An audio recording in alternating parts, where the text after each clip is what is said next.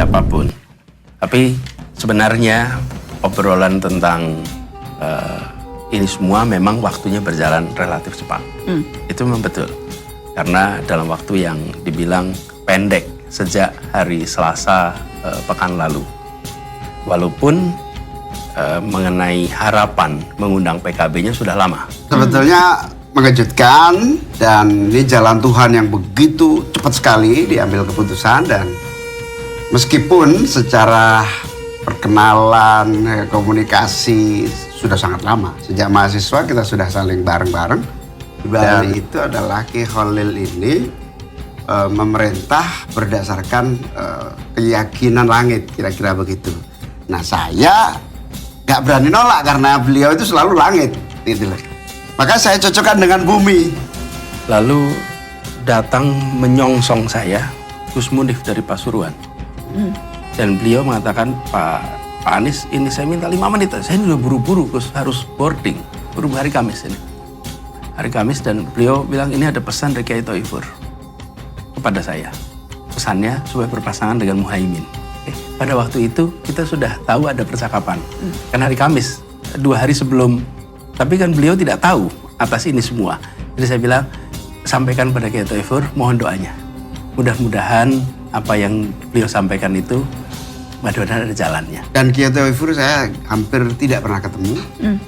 Ketemu di haji itu karena beliau rumahnya agak jauh di Purworejo. Dan Kiai Thoifur ini sangat terkenal karena murid Sayyid Muhammad Al-Maliki, bahkan murid kesayangan. Sampai ada sumur di rumah Sayyid Al-Maliki di Bi'rut Thoifur, sumur Thoifur. Beliau terkenal ahli istikharah.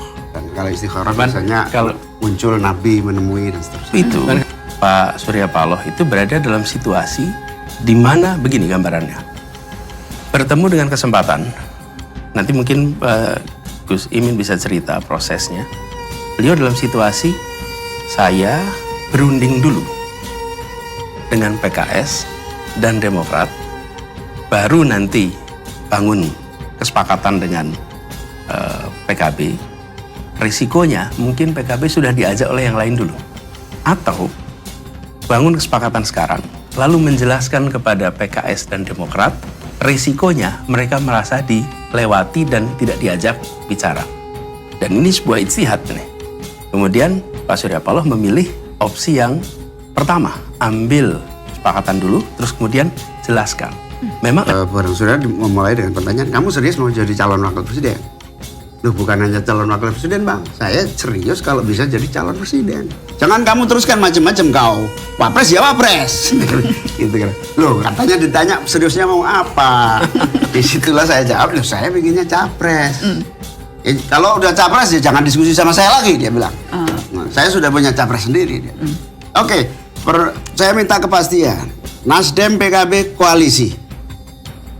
Kalau kamu mau, PKB mau, ya sudah, kita Nasdem sudah punya capres, PKB punya cawapres. Ayo koalisi. Loh, dari sisi Demokrat berharap itu segera dideklarasikan, segera disepakati. Dari sisi Nasdem tidak bersedia. Nama itu tidak ditolak, tetapi tidak dideklarasikan sekarang. Dicoba, dicari penjembatan sampai akhirnya tidak ketemu. Dan puncaknya itu pada hari Selasa, malamnya Selasa ada pertemuan yang mereka tidak tahu terjadi perbedaan ini. Di situ, di tim 8, utusan Demokrat dan utusan PKB terjadi perbedaan pandangan yang sangat keras. Bahkan sampai gebrak meja di situ. Apa perbedaannya? Perbedaannya begini, Demokrat menginginkan ditetapkan segera, Nasdem menginginkan ditetapkan nanti sambil menunggu. Menunggu apa? Menunggu siapa tahu ada opsi lain. Tapi kalau ditanya opsinya apa, juga nggak bisa jawab. Tinggal kita tunggu aja, siapa tahu ada opsi. Kita tidak tahu. Jadi kenapa harus buru-buru, ya? Dan perbedaan itu kemudian tidak ditemukan. Sampai gebrak meja, sampai keras sekali. Karena ada beberapa statement-statement yang dirasa kurang tepat. Dan malamnya, tanggal 28 malam, ini saya ada teksnya. Saya kirim WA kepada Pak Sudirman Said, utusan saya di sana. Saya sampaikan kepada beliau, boleh saya bacakan? Ya. Sorry, ini 28 atau 29 Mas Anies? Jadi ini hari Senin malam. Hari Senin malam. Jadi kan mulai Minggu, Senin sudah terjadi perbedaan. Ya. Puncaknya berakhir di Selasa sore. Oke. Pada 28 saya katakan begini. Pada Pak SBY disampaikan apa adanya. Nasdem tidak bersedia mendeklarasikan segera. Oke? Pada Pak SBY disampaikan apa adanya. Demokrat bersiap permisi bila tidak deklarasi segera. Oke? Terus saya tulis, semoga Allah turunkan petunjuk kepada semua. Ini saya kirim Senin malam, tanggal 22. Senin malam jam 22. Pagi-pagi Pak Sudirman dengan Pak Dadang, utusan saya datang. Dia mengatakan, Mas, ini benar. Nggak mau dijembatani lagi. Saya bilang, sudah. Ini kita sudah usahakan menjembatani, tidak ketemu. Sudah, sekarang kita serahkan pada Allah. Kita serahkan pada Allah. Tawakal ala Allah. Dan mereka bilang, Mas, ini artinya Mas Anies nggak dapat kendaraan loh. Artinya nggak dapat kendaraan. Ini Demokrat kalau disampaikan ini, berarti Demokrat potensinya akan keluar. Mau apa lagi? Ini kenyataan. Dan saya melihat bahwa jelas sikap Pak Surya Paloh tidak menolak AHY, tapi tidak mau sekarang. Sisi lain, Demokrat menginginkan harus sekarang. Dan pada pertemuan hari Jumat malam dengan Pak SBY, beliau menyebut tanggal. Beliau meminta supaya sebelum tanggal 3 ada deklarasi. Selesai pertemuan dengan Pak SBY, saya bilang kepada semua, jangan pernah keluar kata tanggal 3 itu. Kenapa? Karena kalau itu disebut dan tidak terlaksana, maka kita tidak melindungi nama baik Pak SBY. Karena Pak SBY memberikan deadline. Tapi bila itu dilaksanakan, kita tidak melindungi harga diri yang lain merasa dipaksakan. Oke? Tapi terpaksa saya sebut angka tanggal 3 ini karena disebutkan dalam press conference seakan-akan ada kesepakatan bahwa tanggal 3 ada deklarasi. Jadi, begini nah, pada malam itu, sore itu hari Selasa, sudah terjadi ketidaksepakatan. Dan pertemuan berakhir dengan menyampaikan bahwa Demokrat silahkan bila mau melakukan opsi-opsi lain, sudah selesai, tidak ada kesepakatan di sini. Nah, di sini yang bisa menuliskan pencalonan itu bukan capres. Yang bisa mencalonkan itu adalah ketua-ketua partai yang bisa mencalonkan. Saya mengajukan opsinya. Ini opsinya. Saya dapat tugas untuk melakukan itu dan saya sudah kerjakan opsi itu. Kita bergabung. Itu, nah, Demokrat tidak bisa berjumpa. Hari Rabu sesungguhnya saya terjadwal berangkat ke Jombang yang sudah dijadwalkan 10 hari sebelumnya, bertemu dengan kiai-kiai di Jombang. Ada 4 pondok yang didatangi. Nah, saya tunda berangkat ke Jombang supaya bisa bertemu dengan pihak Demokrat. Dan selama ini kalau mengatur pertemuan itu cepat. Udah, kali itu tidak bisa. Tidak ada waktunya, tidak ada kabarnya, lewat ajudan tidak, lewat itu tidak berhasil. Kami sabar menunggu sampai malam, hari Rabu malam itu tidak dapat waktu. Ya sudah, kalau begitu kita cek besok. Pagi tetap tidak ada kabar, akhirnya saya putuskan hari Kamis pagi saya berangkat ke Jombang karena siangnya akan pulang. Lalu ketika di sana kami dapat kabar diterima jam 4 sore. Tapi karena pesawat delay, digeser jam 6, kemudian pertemuannya digeser lagi jam 7 dan akhirnya tidak jadi bertemu. Dibatalkan pertemuannya, saya tidak diterima untuk bertemu. Ya sudah, kalau begitu kita coba lagi nanti besoknya. Nah, di sore itu keluarlah rilis dari Partai Demokrat yang kami juga terkejut membacanya. Jadi kronologisnya kira-kira seperti itu. Komunikasi saya misalnya dengan Gerindra, alhamdulillah saya ceritakan apa adanya dengan teman-teman Gerindra. Saya bilang ini saya mengikuti jalan keputusan partai. Saya sudah nyaman sebetulnya dengan teman-teman di Gerindra selama 1 tahun, tapi keputusan partai yang sudah diputus dalam Rakornas, diputus dalam rapat pleno, saya harus ikuti dan saya harapkan teman-teman jangan sampai membuat kita perpecah ataupun malah permusuhan. Saya hormat pada Pak Prabowo.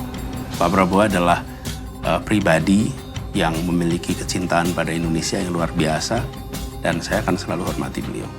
Yang kemudian Gus Dur memberhentikan saya. Bahkan saya dengan ikhlas berhenti dari ketua umum.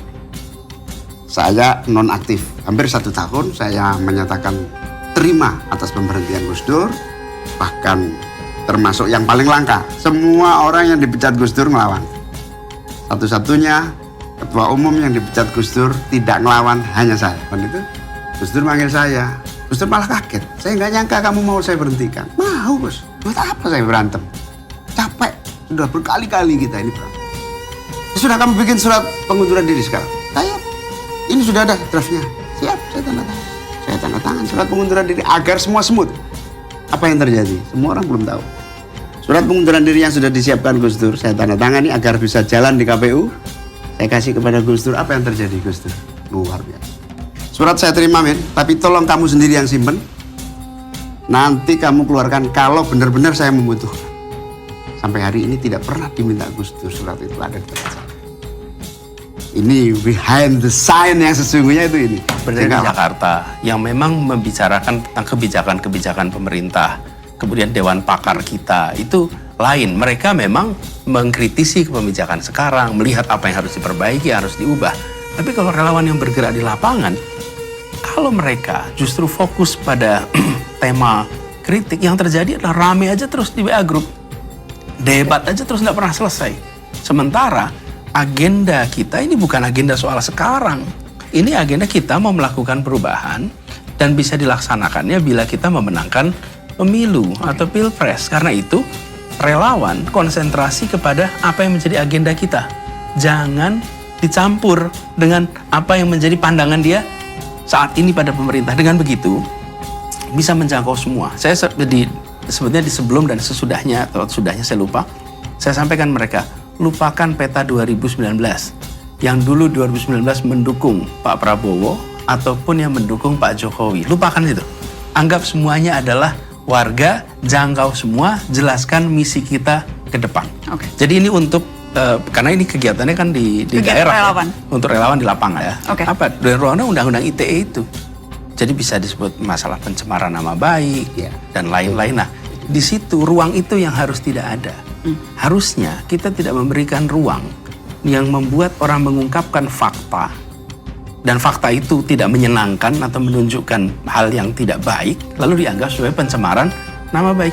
Bayangkan dapat pelayanan di bengkel yang tidak baik, Oke. lalu menyebut pelayanan itu, lalu pencemaran nama baik bengkel itu. Itulah bukti fakta bahwa tidak mudah menyatakan sesuatu, protes.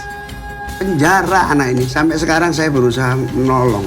Ini nggak salah apa-apa ini anak, karena hidupnya dari dagang kelontong tahu-tahu ditutup gara-gara pengikut-pengikut. Ini nggak fair undang-undang kita itu. Oke.